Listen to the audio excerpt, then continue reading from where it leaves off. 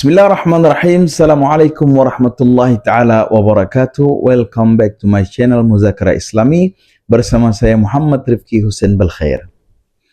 Alhamdulillah, salatu wassalamu ala Rasulillah Muhammad ibn Abdullah wa ala ali wa sahbihi wa man wala. Wala hawla wala quwata illa billah, amma ba'du. Alhamdulillah, pada kesempatan yang berbahagia ini, pada segmen yang luar biasa ini, alhamdulillah kita dapat dipertemukan lagi di dalam podcast kita, yaitu Muzakarah Islami, yang mana insya Allah podcast ini selalu konsisten dan mudah-mudahan selalu istiqamah untuk saling berbagi di dalam memahami pelajaran-pelajaran agama Islam, wabil khusus dalam ilmu fikih dasar, ya. Alhamdulillah, setelah berjalannya podcast ini sudah beberapa segmen yang kita lalui. Ya, segmen terakhir yang kita buat ialah video tentang bab salat, yang mana bab salat tersebut saya bagi menjadi dua segmen, yaitu bab pertama dan bab kedua, karena bab salat ini lumayan panjang dan memang harus detail untuk mempelajari daripada bab salat tersebut. Dan alhamdulillah insyaallah pada kesempatan segmen kali ini kita akan meneruskan daripada kajian kita, yaitu tentang bab salat yang kemarin itu sampai ke bab syarat-syarat salat. Jadi video yang sebelum ini, ya, podcast yang sebelum ini kita telah membahas tentang bab salat, ya, pembahasan tentang salat bagian 1, yang mana bagian 1 itu sampai ke syarat-syarat sah, syarat-syarat sahnya salat, ya. Yang mana segmen yang telah lalu kita sudah membahas tentang syarat-syarat wajib salat dan syarat-syarat sahnya salat. Jadi insya Allah pada segmen kali ini kita melanjutkan pembahasan salat ini di bagian kedua, yaitu masuk kepada rukun daripada salat tersebut, ya. Jadi seperti yang saya jelaskan di segmen lalu, bahwasanya salat ini, ibadah salat ini ada syarat sah, ada syarat wajib, dan ada rukun daripada salat tersebut. Nah, insya Allah di kali ini kita akan menerangkan tentang rukun daripada salat tersebut. Jadi rukun salat ialah yang wajib kita lakukan di dalam ibadah salat tersebut. Apabila kita melupakan atau melepaskan satu rukun saja di dalam solat, maka tidak sahlah solat kita, maka batallah solat kita. Maka dari itu perlu kita perhatikan daripada rukun-rukun solat tersebut, yang mana rukun solat ini ada 13. Nah, ini yang dikenal dengan rukun 13 di dalam solat. Nah, ini yang akan kita bahas. Jadi saya bacakan, ya, rukun solat pertama. Ya, jadi kalau kita tidak melakukan rukun tersebut, maka tidak sah solat kita. Rukun yang pertama adalah niat. Ya, sebagaimana yang sudah kita pernah pelajari dan populer hadis ini tentang niat, innamal a'malu binniyat. Sesungguhnya setiap perbuatan, pekerjaan pasti ditimbulkan dengan niat. Jadi rukun daripada salat pertama adalah niat. Nah, saya akan menerangkan definisi niat dulu, ya. Jadi biar kita memahami, artinya begini, ketika seseorang sholat, terus dia tidak melafadzkan niatnya, tapi niatnya ada di dalam hati, tapi dia tidak melafadzkan, maka tetap dihitung sah sholatnya karena sudah berniat, karena tempatnya niat di hati. Karena apa? Di dalam fikih kitab Safinatun Najah menjelaskan bahwasanya an-niyah qasdu syai' muqtarinan bi fi'lihi wa mahalluha fil qalb wa talaffuzu biha sunnah. Yang artinya niat ialah sesuatu hal yang apabila kita ingin melakukannya, maka akan timbul yang namanya niat. Dan kadang-kadang niat ini, ya, berbarengan dengan fi'il atau perbuatan yang ingin kita lakukan tadi. Muqtarinan bi fi'lihi wa mahalluha fil qalb. Artinya tempat daripada niat tersebut di dada, di hati, fil qalb, ya. Jadi niat yang terhitung itu niat yang di dalam hati. Wa talaffuzun niyah wa talaffuzu biha sunnah. Artinya talaffuz niat, melantunkan daripada niat kita tadi, itu hukumnya sunnah. Yang wajib, yang rukun di dalam salat itu niat di dalam hati. Ya, kalau kita melafadzkan niat yang ada di dalam hati kita, hukumnya sunnah. Contoh, umpama kita salat Isya, ya kan? Kalau niat salat Isya di dalam ajaran fikih diajarkan lafadznya nawaitu usalli fardal Isya 4 raka'atin mustaqbilal qiblati fardan lillahi ta'ala. Nah, itu niat salat Isya. Seumpama kita mau salat Isya tapi kita cukup niat di hati. Dalam hati nih, aku mau salat Isya karena kewajiban lillahi ta'ala. Dah. Nah, itu tetap dihitung niat walaupun tidak melafazkan niat itu tersebut. Nah, kalaupun kita mau melafazkannya, hukum melafazkan niat itu adalah perkara sunnah. Nah, jadi fardu salat yang pertama niat, maksudnya niat yang di dalam hati. Sedangkan melafazkan niat hukumnya sunnah. Lalu yang kedua, termasuk daripada rukun salat, rukun 13 yang kedua ialah takbiratul ihram. Nah, takbiratul ihram yakni mengangkat tangan tadi, Allahu Akbar. Nah, takbiratul ihram ni pas ngangkat tangannya, Allahu Akbar. Bersedekap itu bukan takbiratul ihram. Nah, ini ikhtilaf. Ada yang bersedekap, mazhab mengatakan bersedekap itu, ada yang boleh tidak bersedekap. Banyak mazhab, banyak pandangan, banyak ikhtilaf tentang sedekap tadi. Ada yang di atas pusat, ya, ada yang di pas pusat, ada yang di bawah dada, ada yang mereng sedikit. Itu banyak riwayat.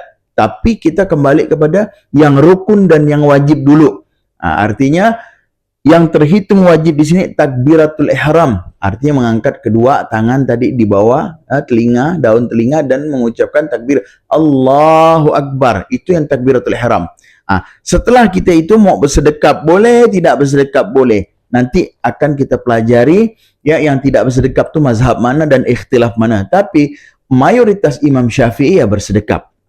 Mayoritas mazhab Imam Syafi'i bersedekap setelah Allahu Akbar. Nah, begini nih. Boleh di bawah dada, boleh di atas perut, boleh miringkan sikit. Itu ikhtilaf. Jadi jangan menyalahkan, jangan mengatakan oh ini paling benar, tidak. Itu ikhtilaf, banyak pandangan. Ya, kita ikut secara umum. Yang mana diajarkan guru kita yang umum yang paling banyak, yaitu kita ikuti selama itu benar dan ada dasarnya. Ya. Lalu yang ketiga, berdiri tegak bagi yang berkuasa atau bagi yang mampu ketika salat fardu. Ya. Jadi berdiri tegak bagi yang mampu ialah salah satu rukun daripada salat tersebut. Garis bawahi bagi yang mampu. Ketika orang yang sakit atau tidak mampu, ya, boleh duduk salatnya. Umpama kata dia bisa berdiri, ya, dia bisa berdiri tapi dia mungkin tidak bisa rukuk, tidak bisa sujud, maka harus dimulai dengan berdiri dulu. Dimulai dengan berdiri, habis takbiratul ihram. Nah, umpama kata dia mau rukuk, dia duduk selanjutnya, tidak masalah. Begitu juga kalau orang yang baring tapi dia bisa berdiri. Dia berbaring tapi dia mampu untuk berdiri, maka takbiratul ihram pertama harus berdiri. Kecuali tidak mampu sama sekali untuk berdiri, tidak jadi masalah. Duduk atau baring, bahkan pakai isyarat pun boleh. Umpama kata kita cuma bisa mengangkat mata saja atau mengangkat alis saja sebagai isyarat, gerakan-gerakan salat itu dibolehkan. Nah, karena apa? Karena ada pengecualian, karena darurat. Lagi sakit dan tidak mampu untuk berjalan, berdiri, tidak mampu untuk bergerak, boleh solat dalam keadaan seperti itu, ya. Jadi berdiri ini dalam tanda kutip garis bawahi bagi yang mampu, yang tidak ada halangan, tidak ada darurat, tidak ada uzur, maka wajib untuk berdiri tegak, ya. Lalu boleh sambil duduk atau berbaring bagi yang sedang sakit tadi itu yang saya bilang kan. Yang keempat membaca surat Al-Fatihah pada tiap-tiap rakaat. Nah, jadi termasuk perbuatan wajib atau rukun di dalam salat itu membaca Al-Fatihah di setiap rakaat. Jadi apabila kita tidak membaca Al-Fatihah di dalam rakaat salat kita, satu yang terlepas Al-Fatihah, tidak sah salat kita, batal salat kita karena tidak menjalankan daripada rukun salat tersebut. Karena hadis Rasul sallallahu alaihi wasallam bersabda ya tentang Al-Fatihah di dalam salat ni, Qala Rasul sallallahu alaihi wasallam, la salata liman lam yaqra bi Fatihatil Kitab. Tidak sah atau batal solat seseorang itu apabila di dalam solatnya dia tidak membaca surat Al-Fatihah. Karena surat Al-Fatihah termasuk salah satu rukun daripada solat tersebut. Ya, dapat difahami ya. Maka dari itu kita kalau belajar ngaji, fasihkan dulu, benarkan dulu bacaan Al-Fatihah kita. Karena apa? Al-Fatihah salah satu daripada rukun solat tersebut. Ya, tadi yang keempat. Lalu kita masuk yang kelima. Yang kelima yaitu ruku' dengan tumakninah. Nah, ruku' itu termasuk perbuatan fardu. Ingat ya, perbuatan ruku', bukan bacaan ruku'. Perbuatan ruku' itu yang rukun. Sedangkan bacaan ruku' subhana rabbiyal azimi wa bihamdi itu sunnah. Jadi seandainya kita ruku' tapi kita tidak membaca subhana rabbiyal azim wa bihamdi, apakah sah solat kita? Sah solat kita, karena bacaan ruku itu sunnah, sedangkan ruku tersebut perbuatannya itu adalah wajib atau rukun di dalam solat. Ya. Lalu yang keenam, i'tidal. Nah, i'tidal itu bangun dari ruku. Itu perbuatannya, fi'ilnya rukun, termasuk yang wajib di dalam solat. Lalu bacaannya Sami Allahu liman hamidah itu sunnah. Nah, ya. Yang ketujuh, sujud 2 kali dengan tumakninah. Nah, sujud artinya sujud 2 kali. Setelah sujud kita duduk di antara 2 sujud, lalu sujud lagi. Perbuatannya itu dihukumi rukun daripada salat, wajibnya di dalam salat, tapi bacaannya subhana rabbiyal a'la wa bihamdi itu sunnah. Tidak dibaca, tidak jadi masalah.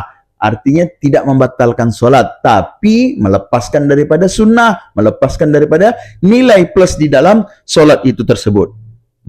Lalu duduk di antara 2 sujud.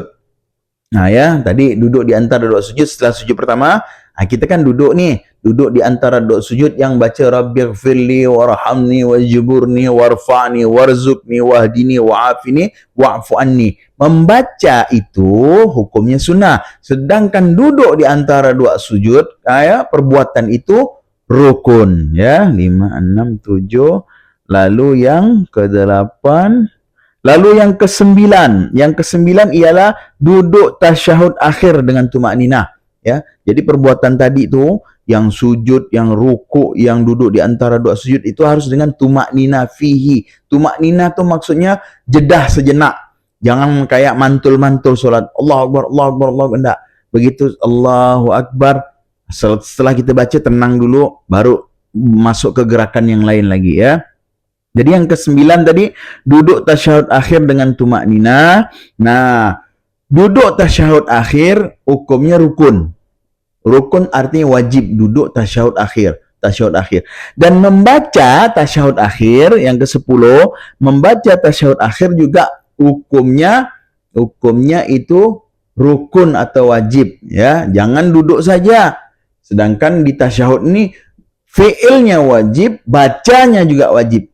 Artinya perbuatan duduk tasyahud akhir itu hukumnya rukun atau wajib, dan membaca tasyahud akhir itu rukun juga atau wajib ya. At-tahiyatul mubarakatus salawatut thayyibatu lillah. Assalamu alayka ayyuhan nabiy wa rahmatullahi wa barakatuh. Assalamu alayna wa ala ibadillahi salihin. Asyhadu an la ilaha illallah wa asyhadu anna Muhammadar Rasulullah. Allahumma salli ala sayyidina Muhammad wa ala ali sayyidina Muhammad kama shallaita ala sayyidina Ibrahim wa ala ali Ibrahim wa barik ala sayyidina Muhammad wa ala ali Muhammad kama barakta ala sayyidina Ibrahim wa ala Ibrahim fil alamin innaka Hamidun Majid.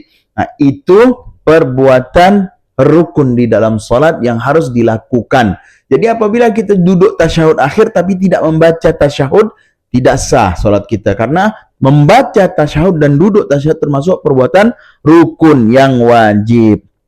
Lalu yang ke-11 yaitu membaca salawat Nabi ketika duduk di tasyahud akhir. Nah, tadi tasyahud itu kan at-tahiyatul mubarakatuh salawatut thayyibatullah. Assalamu alayka ayyuhan nabiy wa rahmatullahi wa barakatuh. Assalamu alayna wa ala ibadillahi salihin. Asyhadu an la ilaha illallah wa asyhadu anna Muhammadar Rasulullah. Itu yang dinamakan tasyahud.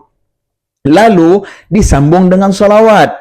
Ini juga perbuatan yang rukun, yang wajib. Allahumma salli ala Sayyidina Muhammad wa ala ali Sayyidina Muhammad kama sallaita ala Sayyidina Ibrahim wa ala ali Sayyidina Ibrahim wa barik ala Sayyidina Muhammad wa ala ali Muhammad kama barakta ala Sayyidina Ibrahim wa ala Ibrahim fil alamina innaka Hamidun Majid. Nah, itu yang dinamakan membaca salawat di tasyahud akhir dan hukumnya rukun. Wajib dibaca. Apabila tidak dibaca, maka tidak sah atau batal salat kita. Ya. Lalu yang ke-12, membaca salam yang pertama. Ya. Membaca salam ketika kita sudah selesai pembacaan tasyahud, ya, sudah selesai baca tasyahud, sudah selesai salawat, lalu Assalamualaikum warahmatullahi. Nah, salam kita yang menghadap pertama ke kanan itu yang rukunnya, yang wajibnya. Nah, yang ketika kedua kali yang menghadap ke kiri tadi ini, itu sudah sunnah. Ya, jadi bukan kanan kiri. Kanan, salam pertama atau salam yang menghadap ke kanan, itu yang rukun, yang wajib. Sedangkan yang kedua, menghadap ke kiri, itu sudah masuk ke perkara sunnah. Lalu yang ke-13, yang terakhir ialah tartib. Tartib artinya tertib. Artinya dari berdiri, dari niat, dari berdiri, dari takbiratul ihram, dari membaca Fatihah, ruku, sujud, ya, duduk tasyahud awal, duduk tasyahud akhir, salam, itu harus berurutan. Tidak boleh kita Allahu Akbar, tiba-tiba kita langsung sujud. Habis sujud baru kita ruku. Tidak sah salat kita. Jadi itulah yang dinamakan rukun 13 di dalam solat. Ada 13 perkara rukun atau wajib yang mana wajib atau harus kita lakukan di dalam ritual ibadah solat tersebut. Yang apabila kita lepaskan salah satunya, maka tidak sah atau batallah solat kita. Nah, ini harus kita perhatikan daripada 13 rukun tersebut, sehingga kita tidak terlepas daripada solat tersebut dan memahami daripada apa itu yang rukun-rukun, bahkan yang sunnah-sunnah. Nanti setelah ini kita akan membahas tentang yang membatalkan solat, baru masuk ke sunnah-sunnah solat, ya. Jadi itu karena apa? Salah satu syarat sahnya orang itu solat, salah satu ya, ialah memahami dan mengetahui mana perkara rukun, mana perkara sunnah. Harus dapat tahu dan dapat membedakannya, sehingga dia bisa masuk kategori orang yang menjalankan syarat sahnya solat. Makanya itu kita harus tahu yang rukun 13 itu yang wajib. Terus selebihnya itu pasti sunnah. Ya, maka harus kita pahami kawan-kawan semua. Lalu kita masuk ke yang membatalkan solat. Ya, di sini saya bacakan agar lebih memahami, ya. Yang membatalkan salat itu batal atau tidak sah apabila salah satu syarat rukunnya dan syarat rukunnya tidak dilaksanakan atau ditinggalkan dengan sengaja. Ingat, dengan sengaja. Artinya tadi kita melakukan salat, terus kita tahu yang rukun 13 tadi kita fahami, lalu dengan sengaja kita tinggalkan. Contoh, kita tak mau salam, ataupun kita tidak mau tumaknina, ataupun kita tidak tertib, atau kita sengaja tidak mau baca Al-Fatihah, maka tidak sah atau batal solat tersebut apabila meninggalkan salah satu rukun daripada solat, ya. Lalu solat dihukumi batal karena terjadi hal-hal seperti di bawah ini yang saya sebutkan nanti. Jadi yang membatalkan solat apabila terjadi hal-hal yang di bawah ini. Yang pertama, apabila seseorang itu di dalam solatnya berhadas. Contoh, sebelum sholat, dia membersihkan hadas. Karena syarat daripada menuju sholat tersebut ialah harus bersih daripada hadas kecil dan hadas besar. Sebagaimana sudah diterangkan di video sebelumnya di podcast Muzakarah Islami tadi, ya. Bab pertama, sholat, tentang pembahasan bab sholat. Bab pertama sudah dijelaskan. Yang syarat daripada menuju sholat tersebut ialah harus bersih dari hadas kecil maupun hadas besar. Nah, ketika kita sudah membersihkan, anggap kita mau sholat, lalu kita sudah berwudu untuk membersihkan hadas kecil maupun hadas besar. Kita ada mandi wajib untuk membersihkan hadas besar, sedangkan berwudu untuk membersihkan hadas kecil. Lalu kita sholat. Di tengah-tengah sholat, maka keluar lagi hadas nih, artinya apakah kita buang angin, apakah kita kencing sedikit, apakah ada buang air sedikit, alhasil ketika keluarnya dari dua unsur kubul dan dubur, apapun itu di dalam solat, maka itu dapat membatalkan solat kita. Ya, yang pertama. Lalu yang kedua, terkena najis yang tidak dimaafkan. Artinya terkena najis bukan najis ma'fu. Nah, kan kita sudah bahas masalah najis di podcast sebelumnya, di video sebelumnya. Makanya kawan-kawan yang baru nonton podcast ini, kalau mau paham tentang pembagian najis, silakan nanti di scroll-scroll di channel Muzakara Islami tentang bab najis. Nah, itu kita jelaskan semua. Jadi apabila seseorang di dalam sholatnya terkena najis yang bukan najis ma'fu, bukan najis yang dimaafkan, artinya apakah itu najis berat? Contoh, tengah sholat kita diagak oleh anjing atau babi, mohon maaf, lalu menjilat daripada pakaian kita atau kulit kita, maka secara otomatis batallah sholatnya karena itu najis berat. Ya, selain daripada najis yang dimaafkan, maka batal sholatnya apabila terkontaminasi hal tersebut di dalam sholat kita. Lalu yang ketiga, berkata-kata dengan sengaja walaupun dengan satu huruf yang memberikan pengertian, yang ada artinya. Jadi di dalam sholat dilarang untuk berkata-kata, berbicara apapun itu, walaupun satu huruf yang dapat menimbulkan arti. Nah, ya, kalau dalam bahasa Arab itu itu dapat menimbulkan arti. Mim dengan fathah tadi menimbulkan arti. Artinya apa? Dzalika, apa itu?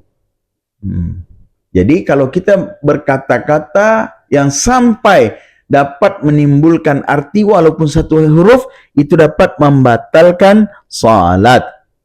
Lalu yang keempat, terbukanya aurat apabila tidak ditutup seketika. Nah, umpama kata terbuka aurat lalu kita biarkan, maka dapat membatalkan sholat kita. Jadi ketika mungkin kita sholat bagi wanita, ingat auratnya wajah dan telapak tangan. Tersingkap, umpama kata, kelihatanlah kulit tangan bagian dalamnya. Karena angin, kalau kita sholat di atas gunung kah, di depan laut kah.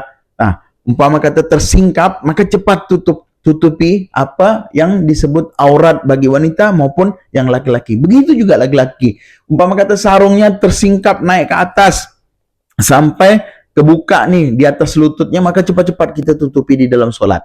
Ya, kalau kita biarkan itu yang dapat membatalkan sholat. Ya.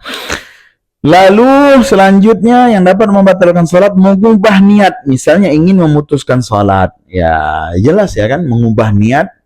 Ingin memutuskan sholat, ya secara otomatis sholatnya akan batal. Lalu yang selanjutnya, kecuali sebelum kita bahas selanjutnya, saya mau nerangkan masalah mengubah niat nih. Kecuali begini ya, kecuali kita contoh sholat berjamaah. Kita sholat berjamaah, lalu imamnya ini kita yakini pembacaan Al-Fatihahnya rusak atau salah. Karena riskan bagi orang yang menjadi imam yang tidak fasih atau salah dalam membaca Al-Fatihah. Sedangkan kita bermakmum dengannya. Maka boleh kita untuk mengubah niat, bukan membatalkan sholat itu. Mengubah niat yang tadi awal niatnya berjamaah, mengubah menjadi munfarid atau melepaskan sholat berjamaah tapi sholat sendiri. Itu boleh. Itu boleh dengan catatan umpama kata imamnya salah ataupun rusak di dalam membaca Al-Fatihah. Jadi kita langsung berubah niat untuk munfarid, sholat sendirian, adaan lillahi ta'ala. Akan tetapi tetap kita ikuti gerakan tadi supaya tidak menimbulkan fitnah, tapi niatnya kita tetap sholat sendiri. Itu diperbolehkan. Ya. Selanjutnya, makan atau minum meskipun sedikit. Nah, jadi dilarang di dalam sholat makan atau minum. Maka dari itu kita ketika bersuci, berwudu, apabila setelah makan sisa-sisa makanan yang ada nempel di dalam mulut kita, entah itu di sela-sela gigi kita, maka disunnahkan berkumur tadi itu. Nah, jadi setiap suatu hal yang dianjurkan baginda Rasul sallallahu alaihi wasallam dalam tanda kutip perbuatan sunnah, pasti ada manfaatnya, pasti, tidak mungkin tidak. Ya, manfaat kita disunnahkan berkumur ya ketika ingin berwudu tadi salah satunya ini, supaya sisa-sisa kotoran atau makanan itu lepas dan keluar ketika kita berkumur. Karena apa? Ketika kita melaksanakan sholat, masih ada sisa makanan di dalam sela-sela gigi kita, yang mana ketika di dalam sholat itu terus terasa, terus tertelan, walaupun sebesar biji zarrah atau biji biji sayur gitulah, maka itu dapat membatalkan sholat, ya, dapat membatalkan sholat. Nah, begitu juga ada minuman sisa rasa manis-manis masih ada nih di sela-sela lidah kita, lalu kita minum tadi tengah-tengah kita sholat, maka dapat membatalkan sholat, ya. Terus selanjutnya yang dapat membatalkan sholat, bergerak berturut-turut sebanyak 3 kali. Di dalam mazhab Imam Syafi'i, apabila seseorang dalam pelaksanaan sholat lalu dia bergerak 3 kali secara berturut-turut, otomatis membatalkan sholat dia. Kecuali bergeraknya bukan sengaja, ya, dia bergerak bukan sengaja, tapi memang contoh ketika di dalam sholat di barisan depan tuh kosong atau ada orang yang batal sholatnya, maka orang itu pergi keluar dan untuk mengambil wudhu kembali. Shaf yang kosong tadi ini kan harus kita isi, artinya kan kita harus bergerak ini kan. Nah, ada diajarkan di dalam fikih cara bergerak supaya tidak membatalkan sholat itu tersebut. Maka bagaimana pergerakannya? Maka dia bergerak tidak boleh secara berturut-turut, satu-satu. Artinya satu langkah, stop dulu, tumak ninah dulu.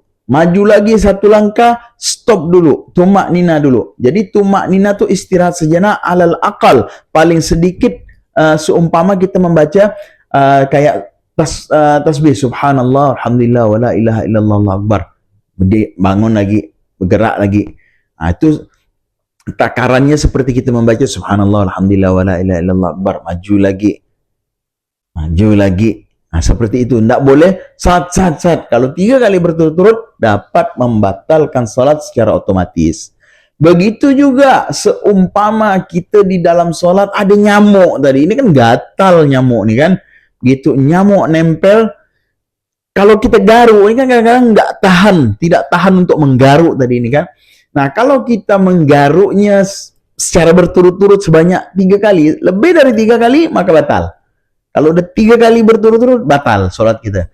Terus caranya bagaimana? Nah, ini juga diajarkan di dalam fikih, di dalam kitab Safinatun Najah. Waktu saya belajar di Ma'had Pesantren Darut Tauhid Malang, ini ingat sekali saya pelajaran ini nih.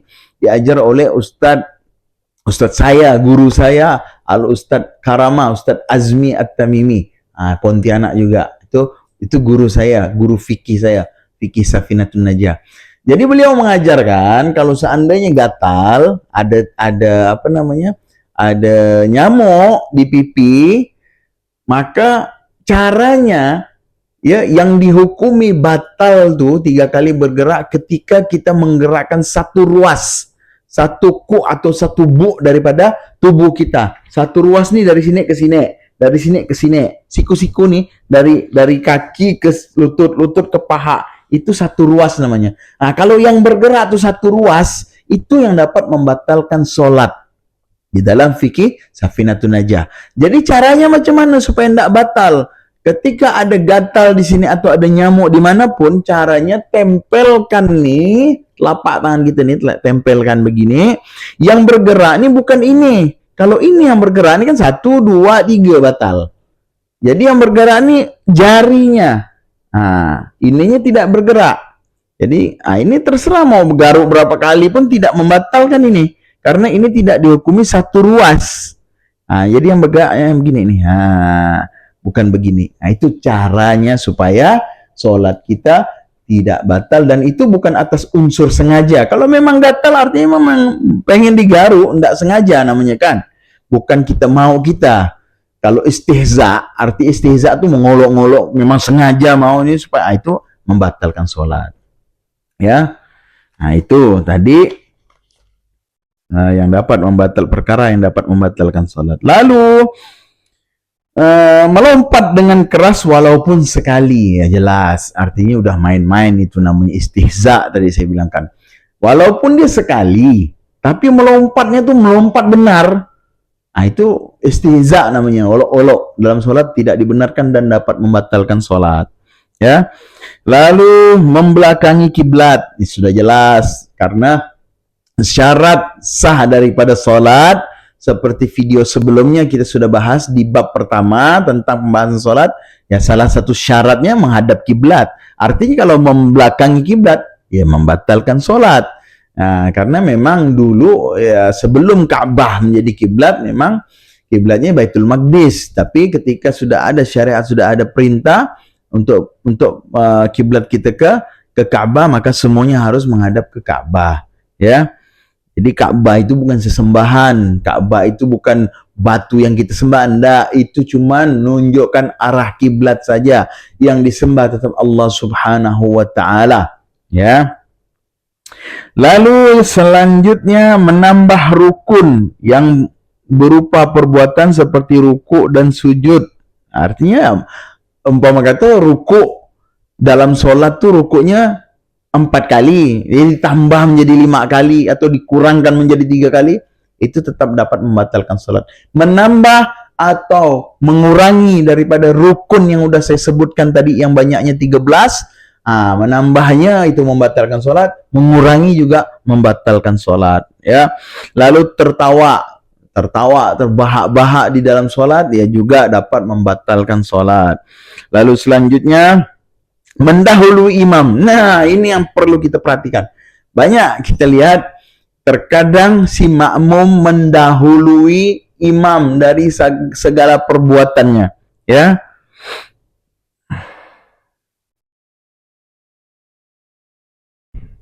Jadi mendahului imam ini artinya belum imam ruku dia sudah ruku, belum imam sujud dia sudah sujud duluan. Nah, itu dapat membatalkan sholat. Yang seharusnya yang namanya makmum, itu makmum ini kan pasukan, artinya pasukan belakang nih yang mengikuti daripada imam. Imam itu pemimpin, kita makmum nih yang dipimpin. Masalah yang dipimpin nih mendahului dari pemimpin, itu kan menyalahi aturan dunia dan aturan sholat. Nah ini kan ya, jadi yang namanya makmum itu tidak boleh gerakannya lebih duluan dari imam, harus imam dulu baru makmum ikut. Kalau kita melebihi itu, maka kita dapat membatalkan sholat kita.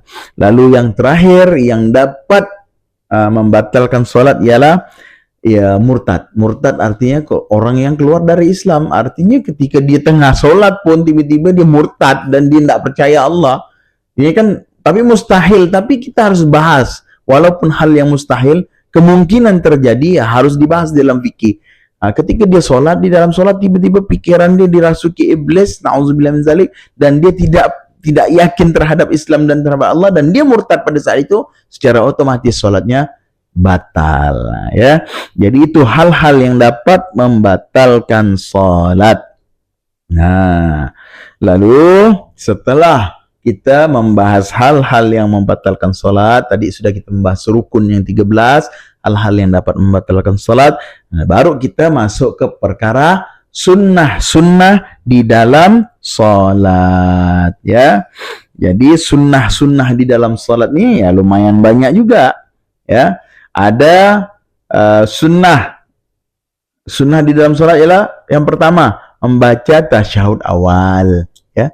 Jadi membaca tasyahud awal itu hukumnya sunnah. Jadi umpama kata orang sholat, isya 4 rakaat. Kan setelah 2 rakaat itu kan tasyahud awal, duduk dulu, baru sambung lagi 2 rakaatnya. Umpama kata dia lewati tadi ini, tasyahud awalnya, apakah batal sholat dia? Tidak.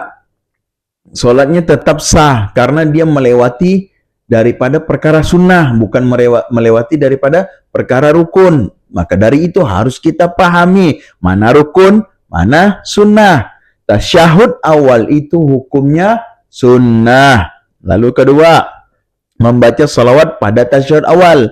Ya, umpama kata kita tasyahud awal, Kita tidak tinggalkan tasyahud awal, kita kerjakan tasyahud awal, tapi tidak membaca salawat, tidak jadi masalah.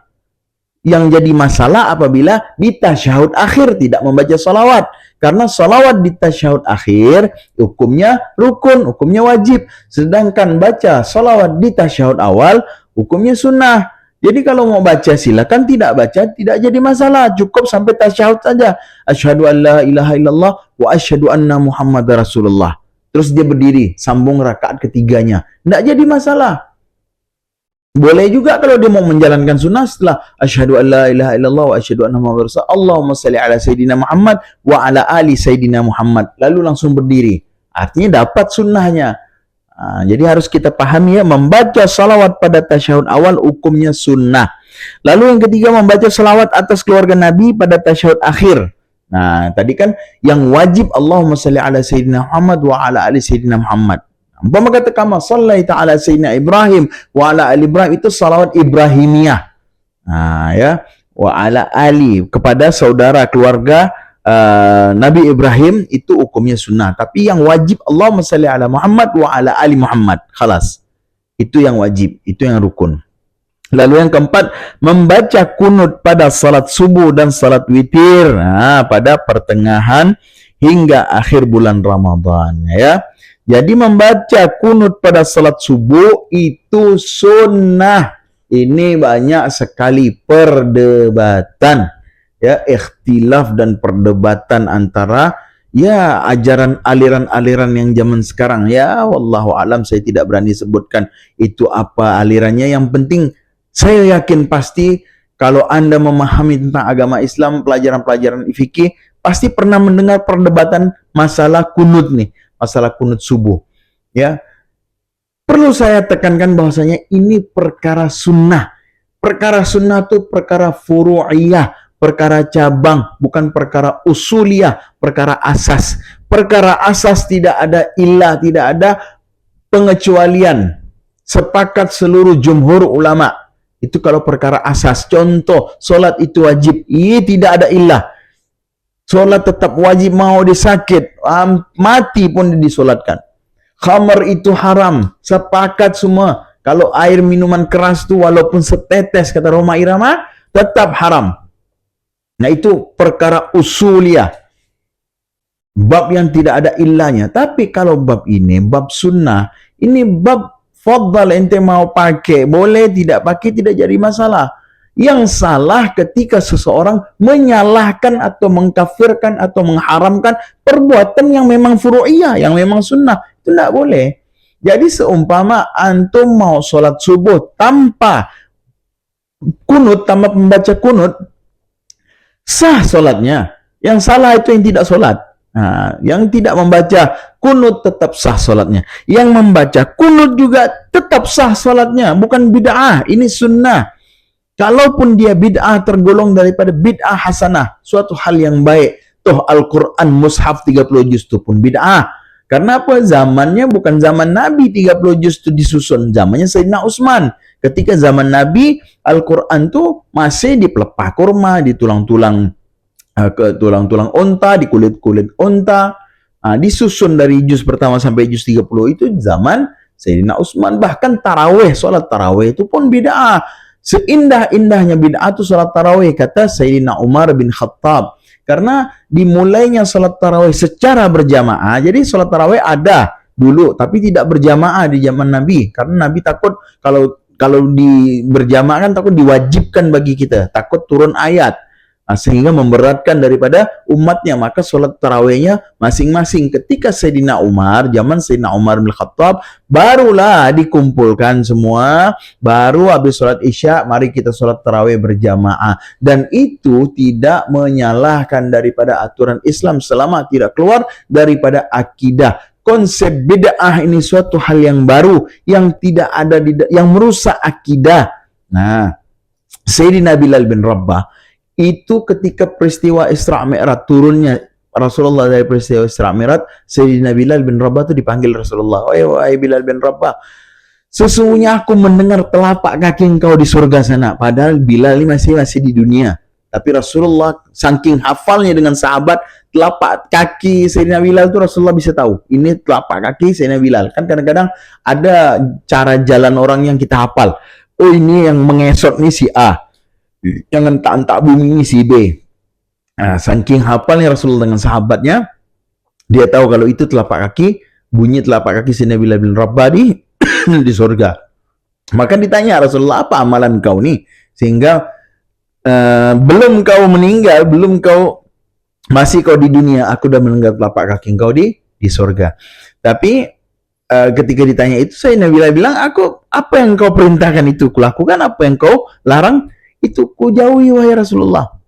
Tapi ada satu amalan yang memang selalu ku amalkan ketika aku berwudu, ya, ketika aku berwudu, setelah wudu aku sholat 2 rakaat untuk sholat sunnah wudu. Jadi sholat sunnah wudu itu timbul dari Sayyidina Bilal bin Rabah. Dan Rasulullah tidak melarangnya. Sehingga Rasulullah juga bukan memerintahkan, mensunnahkan hal itu. Nah, artinya itu bid'ah yang hasanah. Suatu hal yang baik, ya. Jadi kita harus jangan tentang agama ini jangan terlalu kerucut pemikiran kita, harus meluas. Ya, harus meluas karena ilmu itu sangat luas. Jangan angkuh terhadap agama. Artinya dengan pendapat kita itulah paling benar, enggak boleh. Banyak ikhtilaf, banyak ulama dan banyak ajaran. Intinya tidak keluar dari akidah Islam. Insya Allah ikuti kalau itu benar dan ada referensinya, ada dalilnya dan lain-lain, ya.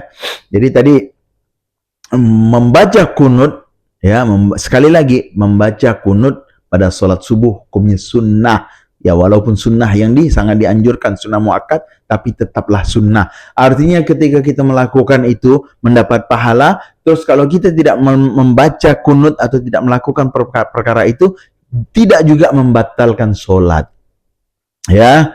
Lalu selanjutnya mengangkat kedua belah tangan ketika takbiratul ihram, ketika akan ruku,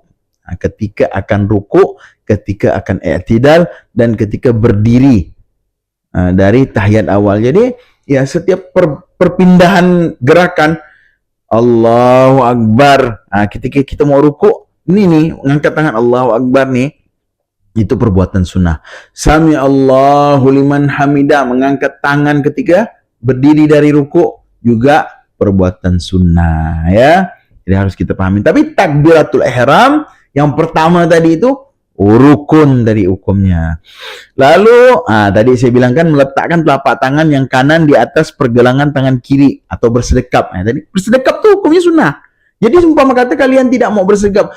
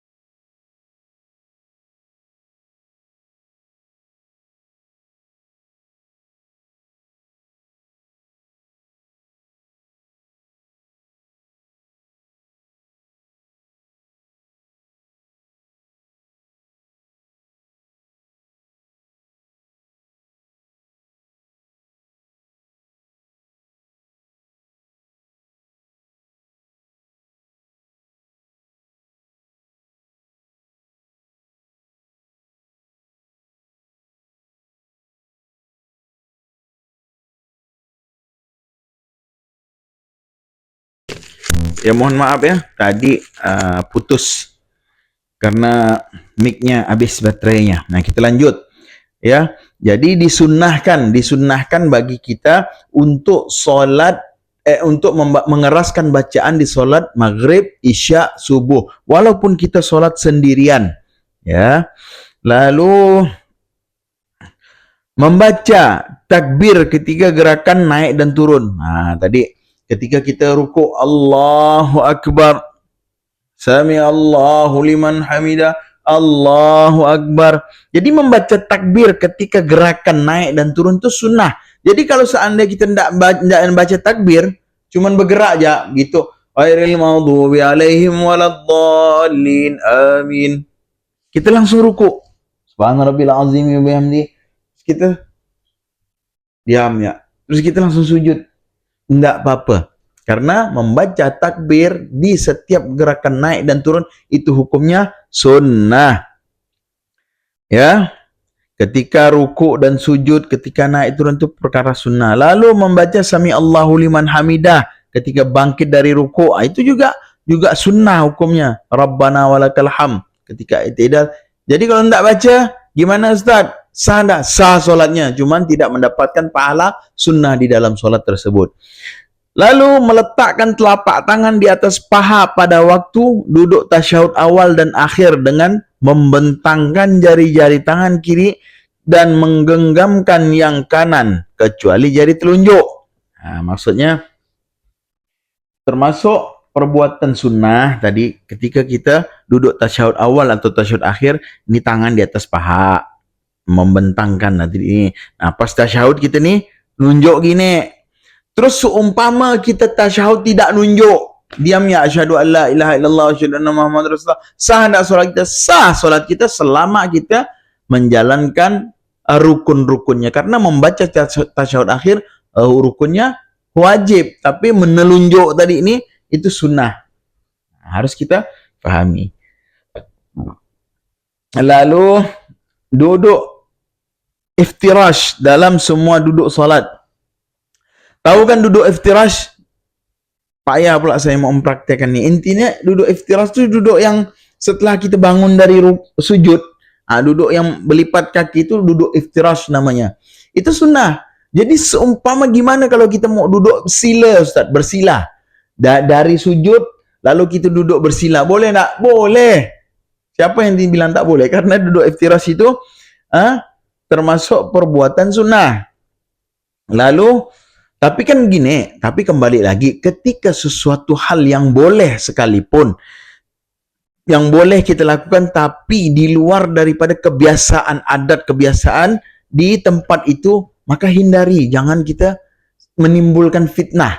Walaupun boleh, tapi kalau seandainya kita solat di masjid yang ramai jamaahnya, yang mereka tahu nih istilahnya duduk iftirash itu seperti itu, lalu kita duduk bersila, lain sendiri, walaupun boleh, tapi apabila perbuatan itu menimbulkan fitnah, hindari, ikuti yang kebiasaan orang kampung itu tersebut atau orang setempat keadaan itu, supaya apa? Supaya tidak menimbulkan fitnah, ya. Itu nasihat daripada ulama-ulama apabila kita ingin melakukan sesuatu hal yang baik sekalipun, yang boleh sekalipun, akan tetapi ketika hal yang baik ini dapat menimbulkan fitnah ke orang-orang sekitar, maka hindari perbuatan itu. Ikuti saja apa yang mereka lakukan selama itu tidak keluar daripada ajaran dan akidah. Nah, ya. Lalu setelah duduk iftirash tadi, duduk tawarruk, bersimpuh pada duduk tasyahud akhir. Yang mereng itu tadi, kaki yang berlipat tadi, duduk tasyahud akhir, itu duduk tasyahud akhirnya, bentuk duduk tawarruk itu sunnah. Seumpama kita mau duduk, jadi kita duduk tasyahud akhir seperti kita duduk iftirash, itu boleh, tidak jadi masalah. Lalu membaca salam yang kedua, ya, tadi salam yang pertama saya bilang apa hukumnya? Wajib, rukun. Salam yang kedua itu baru sunnah, ya. Lalu memalingkan muka ke kanan dan ke kiri. Waktu salam tadi itu, memalingkan dari ini perbuatan sunnah. Jadi kalau cuma Assalamualaikum warahmatullah, boleh. Yang penting salam. Tapi kalau memalingkan gerakan tadi itu perbuatan sunnah, ya. Jadi itulah yang perlu kita ketahui antara perbuatan rukun dan perbuatan sunnah di dalam solat, agar kita masuk daripada kriteria syarat-syarat sahnya salat. Karena syarat sahnya salat salah satu dapat membedakan perbuatan rukun dan perbuatan sunnah di dalam solat tersebut. Lalu kita masuk ke perbuatan makruh di dalam solat. Tadi kita udah masuk perbuatan rukun, wajib. Lalu kita masuk ke perbuatan sunnah dalam solat. Lalu kita sudah membahas tentang yang membatalkan solat. Nah, ini kita membahas tentang makruh perbuatan makruh di dalam solat. Ya. Orang yang dalam keadaan solat itu dimakruhkan pertama menaruh telapak tangannya di dalam lengan bajunya ketika takbiratul ihram, ruku dan sujud. Jadi dimakruhkan nih kita menaruh telapak tangan kita nih masuk dalam baju ini tadi. Ini baju ini kan panjang nih. Nah, ada yang panjang tadi sweater ke apa, itu makruh, bukan haram, bukan sunnah, tapi makruh. Lebih baik dihindari. Karena definisi makruh yang sebagaimana saya sudah sampaikan di podcast pertama tentang bab fikih ini, ialah makruh ialah perbuatan yang tidak disenangi Allah. Apabila dilakukan tidak mendapat apa-apa, ketika dilakukan ketika dihindari mendapat pahala, dilakukan tidak mendapat apa-apa. Itu definisi makruh, ya. Lalu selanjutnya yang makruh di dalam salat ialah menutup mulutnya rapat-rapat. Ya, menutup mulutnya. Jadi membaca, bagaimana mau membaca Al-Fatihah? Ya, okelah membaca Fatihah, kita bacalah, habis itu kita itu makruh, menutup mulutnya rapat-rapat. Lalu termasuk perbuatan makruh terbuka kepalanya, artinya tidak memakai kopiah. Nah, itu termasuk makruh, ya. Bukan artinya membatalkan sholat. Orang yang sholat tidak pakai kopiah, macam mana? Batal tak hukumnya? Tidak batal, cuman makruh bagi laki-laki. Lalu bertolak pinggang, bercekak pinggang ini. Allahu Akbar, Bismillahirrahmanirrahim. Cekak pinggang sampai sholat, itu makruh hukumnya. Lalu memalingkan muka ke kanan dan ke kiri dan ke kanan, artinya ya begini. Memang kalau seandainya 1, 2, 3 batal, tapi kalau begini, mesti begini. Mesti tengok lagi di sini. Nah, itu makruh. Mesti tengok lagi ada di sini. Nah, itu makruh. Walaupun gerakannya tidak berturut-turut, tapi kalau kita begini, nah, itu makruh. Ya. Lalu memejamkan mata. Ini kalau di dalam kajian syariat, ini mohon maaf ya. Ini kita harus sampaikan. Kalau dalam kajian syariat, kajian fikih, syariat dasar, memejamkan mata di dalam solat itu hukumnya memang makruh. Tapi kalau kita nanti belajar ilmu tasawuf atau ilmu hakikat atau ilmu ma'rifat, bahkan ulama-ulama tasawuf menganjurkan untuk memejamkan mata. Ya memang ya mereka juga ada dalil khusus, ada referensi masing-masing. Cuma sekedar kita ketahui bahwasanya ini hukum fleksibel. Sekali lagi ini hukum furu'iyah, bukan hukum usuliyah. Jadi banyak pendapat. Nah, kebetulan mungkin pendapat ulama syariat, ulama fikih memejamkan mata ketika sholat itu adalah makruh. Tapi kalau ulama tasawuf mungkin itu adalah perbuatan yang sangat dianjurkan. Mungkin ada perbedaan pendapat, yang mana perbedaan pendapat ini sekedar pendapat yang babnya bukan wajib, ya, bukan wajib, artinya ya sah-sah saja, terserah kita. Nanti kita akan belajar ilmu sedikit baru kita bisa memahami. Asal jangan kita angkuh memahami atau menyampaikan suatu ilmu sehingga pendapat kita lah yang paling benar. Itu tidak boleh. Ini sekedar pengetahuan saja. Lalu menengadah ke langit. Menengadah artinya congak.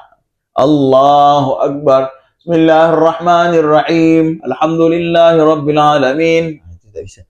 Jadi ya sesuai dengan ajaran kita melihat ke tempat sujud kita. Itu kan. Lalu menahan hadas. Nah, itu makruh di dalam solat. Ketika kita ni udah jelas-jelas kita nak terkentut tadi ni, menahan, kita tahan sampai salam tu makruh hukumnya. Makanya lepaskan dulu hadas kita ketika kita mau menghadap solat, ya, baru kita bersuci, baru kita solat dulu. Lalu berludah, ya, makruh ludah, walaupun rasa ada yang mengganjal tadi ni, itu makruh. Lalu mengerjakan salat di atas kuburan.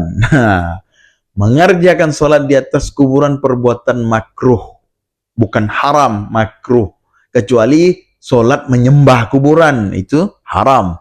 Tapi kalau memang kita mau solat dan kita ngadap kiblat, kita solat memang mau solat fardu, umpama kita mau solat isya atau solat zuhur ke solat apa, udah darurat, tak ada tempat, mau ndak mau kita solat di atas kuburan, wah ya hukumnya tetap makruh, walaupun sah solatnya, tapi hukumnya makruh. Makruh artinya lebih baik cari jalan lain, hindari. Karena menghindari perbuatan makruh mendapat pahala. Tapi kalau apa boleh buat, tidak jadi masalah. Dilakukan ya tidak jadi masalah. Tidak mendapat apa-apa. Ya tetap kita solat fardunya, solat, dapat pahala fardu. Tapi artinya lebih baik kita cari tempat yang lebih baik lagi daripada kuburan. Kan? Lalu melakukan hal-hal yang dapat mengurangi kekhusyuan salat. Ya macam-macam lah perbuatan yang dapat mengurangi khusyuknya salat. Ya umpama kata udah tahu kita mau salat, masih kita hidupkan HP, tidak di silent HP-nya atau tidak dimatikan, ya kan dapat mengurangi kekhusyuan salat. Karena ketika tengah salat bunyi HP-nya, ya pasti kita akan berpaling dari khusyuk tersebut. Nah, itu salah satunya. Kalau bisa hindari perbuatan yang dapat mengurangi kekhusyuan daripada yang dapat ialah mengurangi khusyuan kita dalam salat itu tersebut, ya.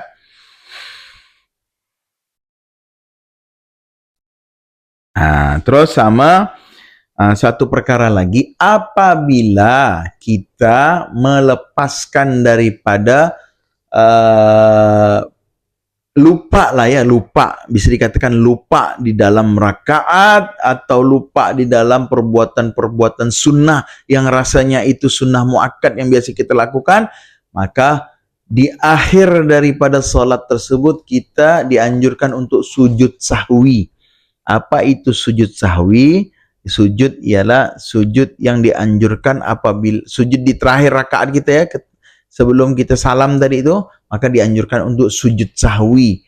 Umpama kata kita lupa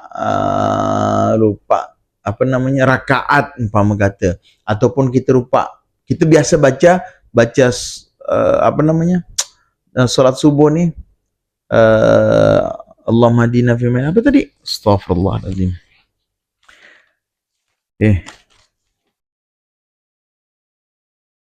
Kunut. Umpama kata kita terbiasa baca kunut, lalu kita lupa untuk baca kunut di dalam solat subuh kita, maka boleh kita ganti dengan sujud sahwi tadi. Kalau kita udah terbiasa, pun kalau tidak diganti dengan sujud sahwi tidak masalah, karena tadi kembali lagi kunut itu perbuatan sunnah. Ya. Lalu bacaan sujud sahwi itu subhana man la yanamu wa la yashu. Itu artinya Maha suci Allah yang tidak tidur dan tidak lupa. Karena kita ini kan manusia ini kan tempatnya luput. La yusammal insan illa binisyanihi. Tidaklah dinamakan manusia kecuali karena seringnya dilupa. Karena sering manusia itu lupa, maka disebut insan. Kata-kata insan tu dipecah menjadi nisyan, pelupa. Jadi ketika kita lupa, bukan sengaja ya, lupa melakukan gerakan-gerakan, ataupun ini aku udah kunut atau belum ya, tadi udah tasyahud awal atau belum ya, kalau masih ada keraguan itu boleh diganti dengan sujud sahwi, yang mana bacaan tadi subhana man la yanamu wa la yashu, ya.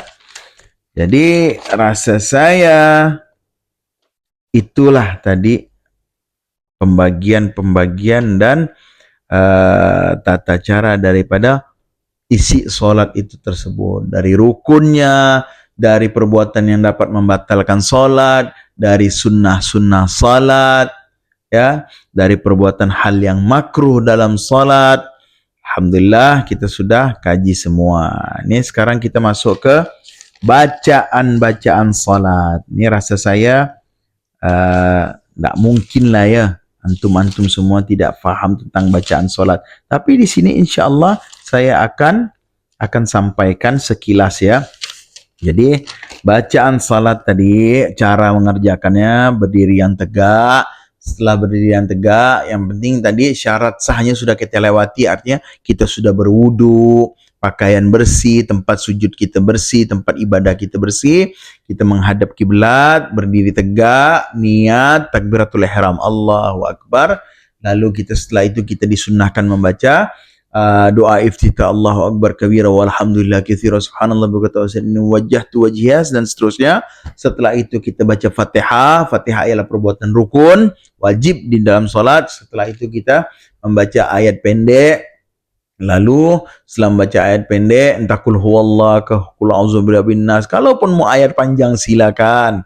Yang penting kita tahu itu rukun, kita tahu itu sunnah. Kita ruku, habis ruku kita membaca subhana rabbil azim wa bihamdi, terus kita i'tidal sami Allahu liman hamina rabbana walakal hamd, lalu kita sujud lagi subhana rabbil a'la wa bihamdi 3 kali, lalu kita duduk di antara dua sujud. Bacaannya rabbighfirli warhamni wajburni warfa'ni warzuqni wahdini wa'afini wa'fu anni. Lalu kita sujud lagi, baca subhana rabbil a'la wa bihamdi 3 kali. Lalu kita tahiyat awal, tahiyatul mubarakatuh salat thayyibatullah seperti biasa, sampai kalau kita mau ikut sunnahnya Allahumma shalli ala sayyidina Muhammad wa ala sayyidina Muhammad. Habis itu kita berdiri lagi ya seperti yang tadi, kita baca Fatihah lagi lalu kita duduk tahiyat akhir, baca tasyahud ya, habis baca tasyahud baca selawat, habis baca selawat salam, maka selesailah solat kita ya. Jadi tadi sudah kita bahas semua bacaan solat, gerakan solat. Selanjutnya doa kunut tadi, Allahumma hadina fiman hadait wa afina fiman afait wa tawallana fiman tawallait. Nanti boleh agak gurunya kah siapakah untuk kalau belum hafal doa kunut, minta doa kunut sama mereka, minta ajarkan atau cari di Google ya, insyaallah kita manfaatkan sosmed ni dalam suatu hal-hal yang baik. Lalu ayat niat salat, itu dapat dicari di buku-buku nanti. Usul contoh maghrib, usalli fardal maghribi 3 rakaatin mustaqbil qiblati, adaan sendiri, makmum imaman, jadi imam lillahi taala, fardal lillahi taala. Itu nanti tinggal dipelajari ya. Yang penting tadi syarat rukun apa itu yang penting yang harus kita pahami.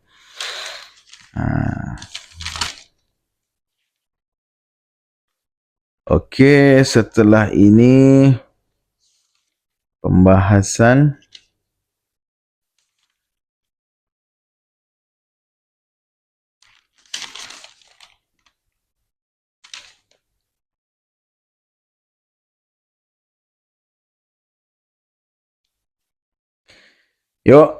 setelah ini insya-Allah kita akan membahas tentang waktu-waktu yang dilarang solat.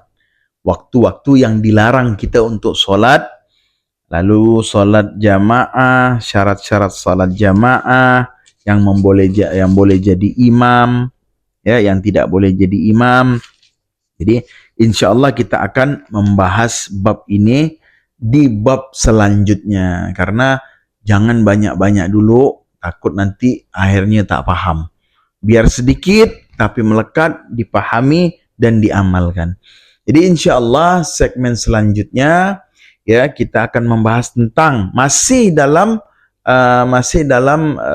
ruang solat tadi ya, masih dalam ruang solat, yaitu waktu-waktu yang dilarang untuk solat, terus memahami tentang solat jamaah, syarat-syarat salat jamaah, yang boleh jadi imam dan yang tidak boleh jadi imam. Itu akan kita bahas di segmen selanjutnya. Jadi ada bab 3. Tadi bab pertama, bab kedua, saya kira tadi cukup ya waktunya untuk membahas semua ini di bab yang kedua, tapi ternyata tidak cukup. Banyak masih membahas tentang solat. Jadi kita bagi menjadi 3 bab. InsyaAllah bab solat selanjutnya, bab ketiga, kita bahas tentang waktu yang dilarang untuk solat, lalu syarat-syarat solat berjamaah, apa itu solat berjamaah, siapa yang boleh jadi imam, yang tidak boleh jadi imam, dan selanjutnya insyaallah kita akan bahas di bab selanjutnya. Jadi cukup sekian dulu untuk bab kedua ini, pembahasan tentang solat. Mudah-mudahan dapat dipahami wabil khusus tentang masalah perkara rukun, masalah perkara sunnah di dalam solat yang dapat membatalkan solat juga, agar kita dapat memahami dan dapat menjalankan ibadah ini secara sempurna, khususnya di dalam perkara solat ini tersebut. Ya, mudah-mudahan yang sedikit ini dapat bermanfaat dan dapat kita amalkan semua. Dan jangan lupa ya, jangan lupa terus dukung channel ini dengan cara subscribe, like, komen, share sebanyak-banyaknya. Demi apa? Semoga dapat membangun, demi membangun daripada channel Muzakara ini tetap berdakwah di jalan Allah, tetap konsisten menyampaikan ajaran-ajaran fikih dasar, ajaran agama Islam, dan saling bermuzakarah, bertukar pikiran, mengingatkan dalam hal-hal kebaikan. Ya, saya Muhammad Rifki Husain Balkhair mengucapkan banyak-banyak terima kasih. Billahi taufiq wal hidayah. Assalamualaikum warahmatullahi taala wabarakatuh.